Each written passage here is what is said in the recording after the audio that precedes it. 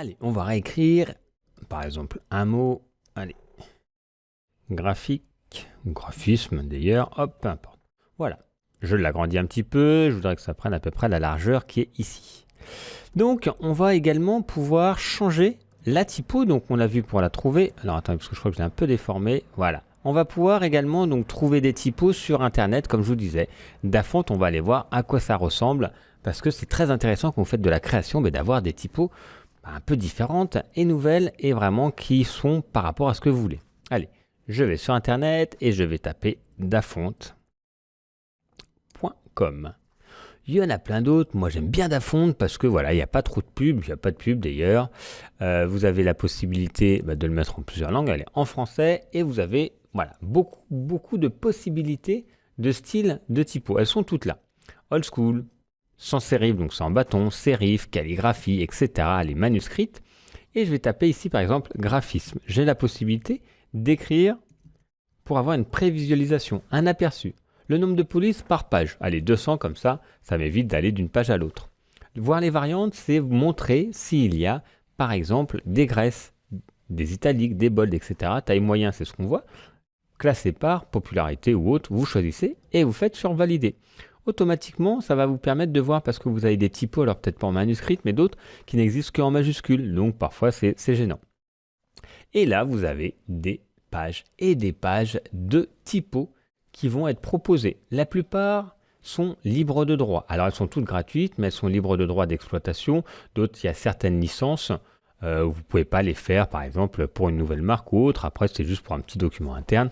Vous pouvez l'utiliser quand c'est pour le personnel. Allez, j'ai une typo qui m'intéresse. Je vais cliquer sur télécharger. Que vous soyez sur PC ou Mac, c'est à peu près pareil. Elle va se mettre en fichier zip. Vous cliquez dessus et je vais pouvoir double-cliquer tout simplement pour avoir la typo. Je vais avoir une typo TTF et ici TTF parce qu'il y a différentes tailles. Ok, il y a différentes graisses. Pour l'installer, c'est très simple. Double-clic et je fais installer la typo. Je refais sur l'autre, le 1 billion, installer. On n'a pas besoin de fermer le logiciel ou autre. Je retourne dans Illustrator. Je vais dans ma palette des caractères ici et je retrouve 1 billion. Elle arrive ici automatiquement en script. Voilà, c'était les deux styles qu'il y avait. Et j'ai bien ma typo qui est arrivée ici avec le style que je voulais. Vous voyez, c'est très rapide pour l'installer, pour retrouver des typos. La deuxième possibilité, vous avez la Dafont ici, Dafont, Adobe Font qui le propose également, la possibilité, quand vous êtes abonné au Creative Cloud, d'enregistrer. En fait, ça ne va pas être importé ou mis dans votre ordinateur, mais ça va être tout simplement mis dans le cloud de votre application. L'avantage, c'est que peu importe où vous alliez, ça va aller, voyez, se faire au fur et à mesure directement ici d'un ordinateur à l'autre. Et là, vous avez à peu près le même principe, des catégories par style.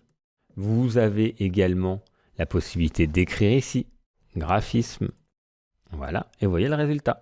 Quand ça vous convient, vous affichez la famille et vous allez pouvoir activer les polices ici. Et j'active par exemple tout. Vous allez, hop.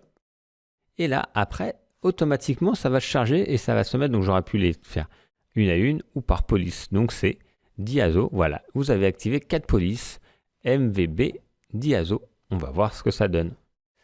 Donc je vais ici. MVB. Voilà, Diazo, je le retrouve juste là et j'ai bien ma typo qui a été installée. Voilà comment trouver des polices.